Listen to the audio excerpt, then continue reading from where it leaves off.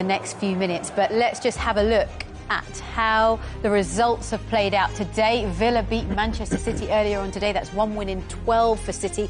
Brentford, who have the best home form in the league, well, they lost their first home game today, courtesy of a 2-goal win from Nottingham Forest. Ipswich lost out to Newcastle. Newcastle winning 4-0. West Ham and Brighton shared the points in the end and shared the goals. And Crystal Palace lost 5-1 to Arsenal. There's confirmation of that late result. And as for Sunday, it's Everton that take on Chelsea, who have a chance to go top of the table with 3 points. Fulham take on Southampton, who have a new manager in Ivan Juric. Wolves also have a new manager in Vito Pereira as they travel to Leicester. United are at home to Bournemouth, hoping to turn around their form. And then it's Spurs against Liverpool, who might be second in the table at that point, hoping to claim top of the tree at Christmas. Let's just have a look at the table. We'll have a look at the bottom half first. And, of course, in that relegation zone sit Southampton and Wolves with the new managers, hoping they can change their fortune. Ipswich completing that bottom three. You've got to say anyone really from Crystal Palace down could get sucked into that relegation zone. But if we go into the top half of the table, well, Liverpool do lead the way by 2 points at the top. They also have a game in hand. Chelsea sits second, Arsenal in third, and Forest completing the top four. What a season they're having. And Manchester City, after another defeat today, dropped to sixth in the table. Half has unfolded in the second half as well. Arsenal not scoring from open play. 4 goals from open play today. Yeah, again, obviously, for some reason, it gets very much highlighted when Arsenal don't score goals, whether it's because they haven't got a centre forward or, you know, the creativity or this poor finishing. Sometimes it works out for you, sometimes it doesn't work out for you. And today it did. Worked out. I thought, like I said, with Palace, I thought they gave them too much time. The space that the Arsenal players had in the box was too much. And they punished them for it, you know. So it was a performance that they needed, away from home, a dominant performance, just to say, yeah, we're still here. We're still around it. Did you expect to see a little bit more from Palace in that second half? Yeah, most definitely. What was it, 3-1? The next goal was crucial. We said it at half-time. Yeah. The next goal in the game was crucial. Start the second half on the front foot. Go and press them. He did it in the first half where he had a big chance where Mateta at 2-1 had a golden opportunity. The pass from Sarr weren't good enough, and it's a good save from David Raya. The game could have changed, but I think Palace showed Arsenal too much respect. But credit to Arsenal, they were clinical in the second half. Well, we talked about the fact it was 3-1 at half-time, and then Martinelli got on the score sheet. Talk us through this goal then, Wrighty. Well, again, like Clinton mentioned about Jesus and the hat-trick, I'd be devastated if I missed a chance like this, because he looks very, I just have to get connection with this. But Martinelli, credit to him, got himself in the box, reacted really well on this. Look at Klein, just got totally moved by Trossard's movement there. And like there, yeah, he's had to come back for it a bit, but it didn't seem like he was hungry enough for the hat-trick. But it's a good job that Martinelli was there. But, you know, again, you know, good football from Arsenal, and, you know, they punished Palace. Yeah, Martinelli's 4th goal of this season. Again, goals breed confidence, which is exactly what he needs as well. He needs it. They're too reliant on Saka. They've been like that for most of the season. Other players have to start chipping in. So this will give him confidence. It will give Jesus. Jesus will be gutted. I'd be gutted. He'd be gutted. I'd be gutted, but he would have put it in the back of the net. The difference is once you've got 2 goals, it's like you're relaxed, you're more relaxed. You got to be ice cold in there. And he's too excitable in there, ice cold, and just put that into the back of the net and get 2 hat-tricks in a week. It's brilliant. But he'll be gutted. Even though he scored 2 and got man of the match, he'll be gutted that he doesn't have the hat-trick. Striker's mentality. 100%. You have to be like that. We're selfish. Yeah. Declan Rice made it 5. Well, this is good play on the left hand. So I love Calafiori's pass at outside the left foot there. And then you can't actually get close to Declan there because the touch is so good, Clint. Yeah. Right? But, like, you know, you look at too much time, too much space again. You know what I mean? You give players of this quality, look, one touch turn, Dolly actually gets a hand to it, but he saves it. But one touch turn, you're going to get punished. And if you give a team like Palace, even a team like Palace who are so-called not finishing well and not creating enough chances, that kind of time and space, the quality of the player will punish you, and there it is. Yeah, it's a brilliant finish. You can't give someone the time and space of Declan Rice's quality, but I agree with Wright. The touch makes the goal. The touch makes the goal. His touch is perfect. He doesn't then have to have another touch. The touch is so brilliant in one movement. He just bends it, uses the defender and bends it into the far corner. Fantastic finish, but he shouldn't have that much time. We talked about Jesus. He got the goals rolling, didn't he, in that opening half. It's now 5 goals in 2 games for him, following 5 from his previous 45, Wrighty. Yes, but like I said at the start of this season, that it's going to Martinelli and Jesus. They're going to have to step up a little bit more this season. I'm quite pleased it's happening for them because they're both integral to what Arsenal want to do in respects of achieving winning the league or getting close to winning the league. Need more from from Jesus. Scoring like the 5 goals in the 2 games. But I don't know what's happening with Saka, how long he's going to be out for. I'm very well. And that's going to have to continue because of Saka's consistency. Well, we thought it was game on here because we saw Ismail Assar get on the score sheet. This one, I think this one, but you are this right. one we're seeing. No, you are right. This is Jay's. What? This finish is brilliant, Seema, because it sets it outside the post. But you know what? No one's marking him. He's on the edge of the box, so he's got so much time and space, but fantastic finish. And that's just a confidence, because Wright will tell you, 2-3 weeks ago, you would have seen Jesus putting that in the back of the net. It's all about confidence as a centre forward. That's what it is. That's what it is. And again, with that much time on the edge of the box, you've got enough time to think and calm down. You're gonna score the goals. And again, Palace have to look at this and really be a bit disappointed with the way they played at home. And when he looks at that, he'll be rather pleased. Normally we look at season stats, don't we? But this is this week's stats because 2 appearances, 5 goals, 10 shots, 8 on target. But the goals is the most important thing there. Yeah, it is. And people keep talking about Arsenal need a centre forward. And yeah, I do think Jesus does too much work outside the box. But that's his position. He can play off the right, the left. We always know Jesus when he was at Man City like that. But if he can stay in the box like he did tonight, he'll be a handful. And like he did in the midweek as well. Arsenal might have the man that they need. You keep talking about strikers. You just said it earlier, the amount of goals they're scoring away from home, Arsenal. Yeah. Too much times we get fascinated with stats. Arsenal are delivering at the moment and they can score goals. Saka's going to be injured, but now you need the likes of Martinelli, Havertz, Odegaard, Jesus to step up. They've got enough quality in their team. Yeah, I mentioned that stat about away from home. 5 or more scored in 6 different away games in 2024. That's the most ever by an English top-flight club. That's pretty impressive. It's pretty impressive, but Arsenal seem to have for some reason, if it doesn't go well for Arsenal, whether they win or they draw or they lose, it seems that they get a lot more. Coverage in respect to the amount of goals they're supposedly scoring. Now that's a great stat in respect of scoring away from home. Now all you're hoping is that they can continue to take their game into anyone they're playing against and create the same amount of chances. They're not going to get the kind of time and space that they got against Palace, but they've just got to be clinical with the chances they've got. They're not far behind. They're still in all the competitions. There's a lot of noise around them, but all they've got to do is focus on that next game and winning as comfortably as they did today. Playing as comfortably and as how can I say, confidently as they did today. They did play with a lot of confidence, a lot of swagger today, didn't they? I like that, yes. Yes, there was. The only disappointing part of the whole thing was Saka getting injured in that first half. Yeah, it's a huge blow. He's a star boy, and I love watching him play. I love the kid. I think he's an outstanding footballer, but you can see straight away, as soon as he's put that into the box, he's felt it. Listen, we've seen many times Saka going down, getting kicks.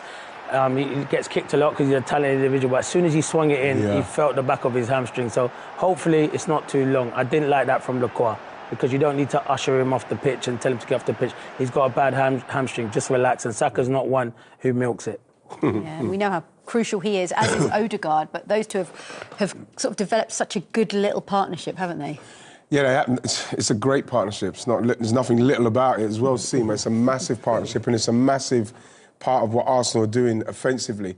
What's going to happen now is we're going to have to see who's going to be playing on that right side. Is it going to be Martinelli? We saw Jesus come on in the middle of the pitch, but he can also play on the right side because of the confidence and the consistency that Odegaard and Saka has on that side. Someone's going to have to come in and fill the void of what Saka doesn't bring, and he brings a lot. So it's going to be interesting to see how they do that. OK, well, we are now going to go straight back to Selhurst Park and catch up with an Arsenal player that contributed today. Martinelli joins us. Thank you so much for joining us live. I have Ian Wright and Clinton Morrison in the studio with me. First of all, congratulations on the win and the goal. How did that feel today? Yeah, I mean, it feels amazing. Brilliant performance from the team. I think we did really well and we deserved the win. Gabby, it's Ian. How you doing, brother? How are you, legend? You okay? I'm really good, Gabby. Gabby, can I just say I'm so pleased with the way it's working out now? You know, you're scoring a few goals now, you're playing. How does it feel to be in a place where your confidence seems to be back when you was under so much pressure just a few games ago? I mean, you have played the game, you know how tough it is to be on this side, and I'd like to say thank you for the message that you sent me the other day. It means a lot to me.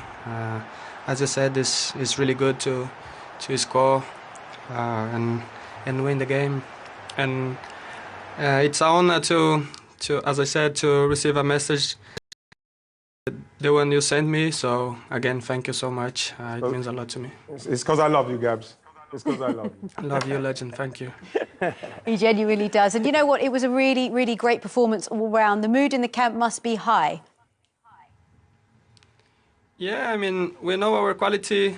We know what we can do. We have a brilliant squad, and with really good players. We trust ourselves, and when we play in the way that we know, things happen, you know, and yeah, we just... It seemed very calm. Everybody seemed very calm with what was going on. What's the manager like before the game? Was he calm, just play the game, and the chances will come?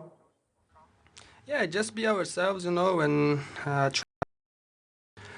we know how tough it is to play here. But we what we can do in the game, and that's the most. Gabby. Time. And good luck with the rest of it all. Thank you very much. Okay. So welcome back into our Premier League Live studio. It feels like a bit of a statement from Arsenal, that, because previously they'd failed to win 6 of their 9 most recent Premier League fixtures and had fallen off the pace a touch. Yeah, last 2 results, a 1-1 draw with Fulham and 0-0 draw with Everton. A struggle for goals from open play. Questions being asked about them, and I know Graham Lasso, I think, a.k.a. The Grinch. The Grinch, definitely. Called it efficient today, and I thought that was a really good word. I thought their football was good against a good Palace team that were well set up. Gabriel Jesus is an early Christmas present for Mikel Arteta. Put a big bow on him, wrap him up. 5 goals in say, 4 days. Declan Rice coming on the pitch looked sharp, fit, gave a control to the team that's going to be important. Martinelli getting a goal, another player who could do with it. There's a lot of good signs in that performance today. And although Palace probably will feel 5-1 is harsh, it's a really good scoreline for Arsenal. And the one thing I would say is that for a coach, to win 5-1 but still have things you can work on is a good thing for a coach. People aren't going to get too carried away. Yeah, so your old teammate, Mikel Arteta, goes home happy. And with his team heading, it would seem, in the right direction again. Yeah, happy and heading in the right direction. Look, the festive fixtures, as we know, it comes so thick and fast. They're on top of you immediately. And what a manager's trying to do is he's trying to balance the squad, but keep results at the foremost. And I think what this does, as you mentioned, getting performances from Jesus, getting performances from Gabriel, being able to rest the likes of Declan Rice and then say, you know what, go get a jog, go have a run out. Oh, you got a goal. That makes you feel good. So when you start to balance the squad, now he'll be able to name a squad for the next game, or excuse me, a team for the next game. Maybe he chops and changes a little bit, but the players know I'm going to come on. I'm going to come on probably earlier than I would have thought, because there's a lot of opportunity in this period to get players playing time, and they're doing really well. Yeah.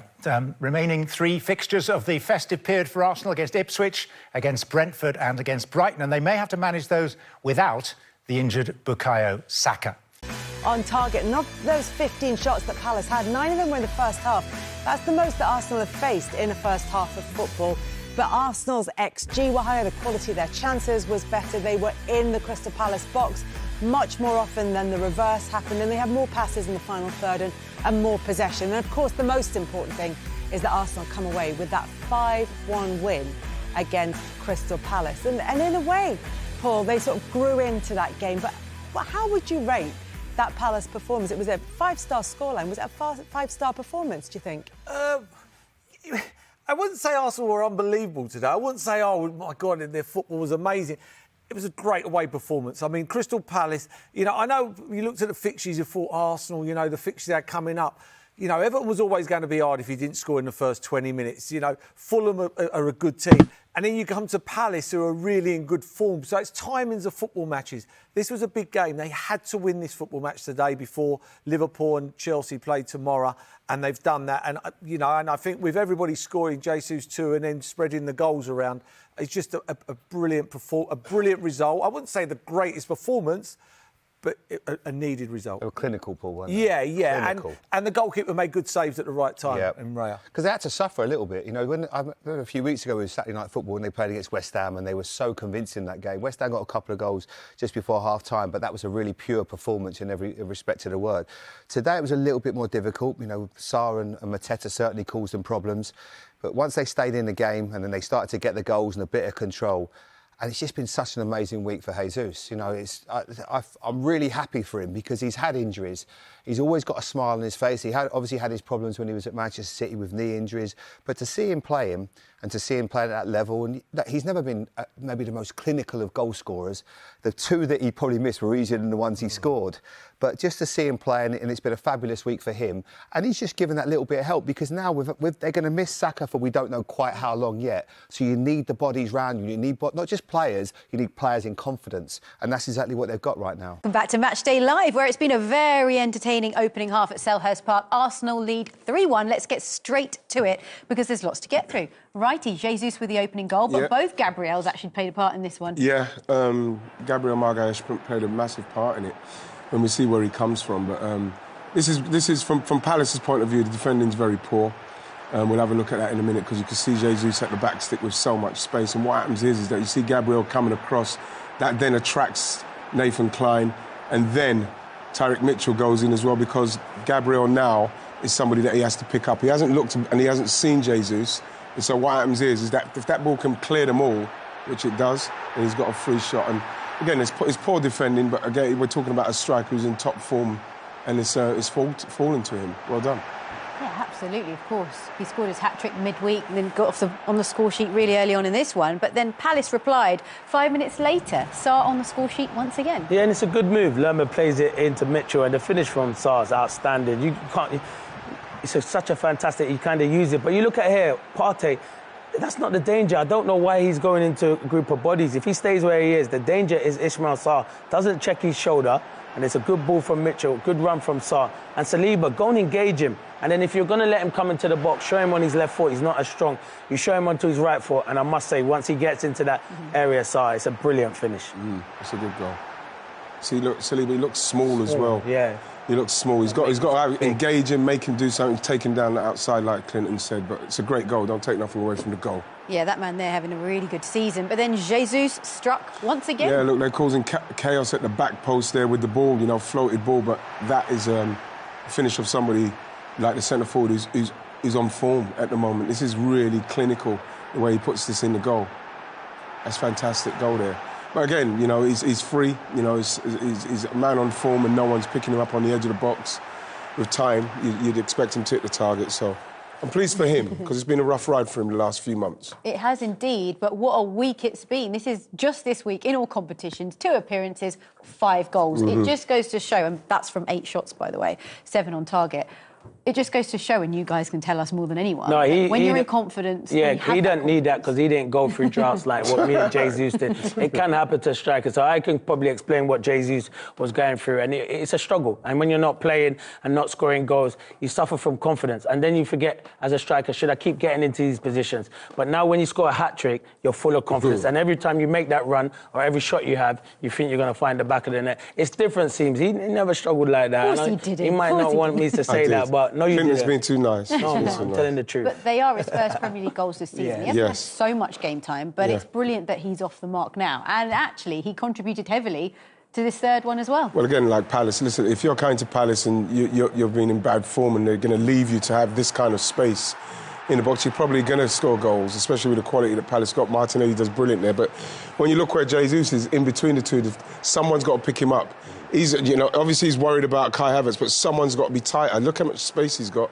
And then Kai Havertz's movement when the ball's coming across, you can see he's the only one that moves when the ball comes across, and he's the one there to pick up the pieces. But again, you know, with players, you have to put these players under pressure. you know, when they can. And Palace, very surprised they didn't.